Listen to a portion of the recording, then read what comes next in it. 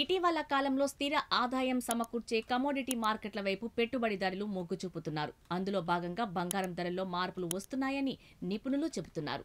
గత కొన్ని రోజులుగా బంగారం ధరలు భారీగా పెరుగుతున్నాయి. సోమవారంతో పోలిస్తే మంగళవారం బంగారం ధరలు మరింత అధికమయ్యాయి. అక్టోబర్ 18న దంతేరాస్కు ముందు పసిడి ధరల ఇలా భారీగా పెరగటం వినియోగదారుల్లో ఆందోళన కలిగిస్తుంది. ఇక హైదరాబాద్, విజయవాడ, గుంటూరు, ప్రొద్దుటూరు, బెంగళూరు, ముంబై ప్రాంతంలో తులం బంగారం 22 క్యారెట్లు 1,17,950, అలాగే 24 క్యారెట్లు 1,28,680గా ఉంది. ఇక చెన్నైలో తులం బంగారం 22 క్యారెట్లు 1,18,250, అలాగే 24 క్యారెట్లు 1,29,000గా ఉంది.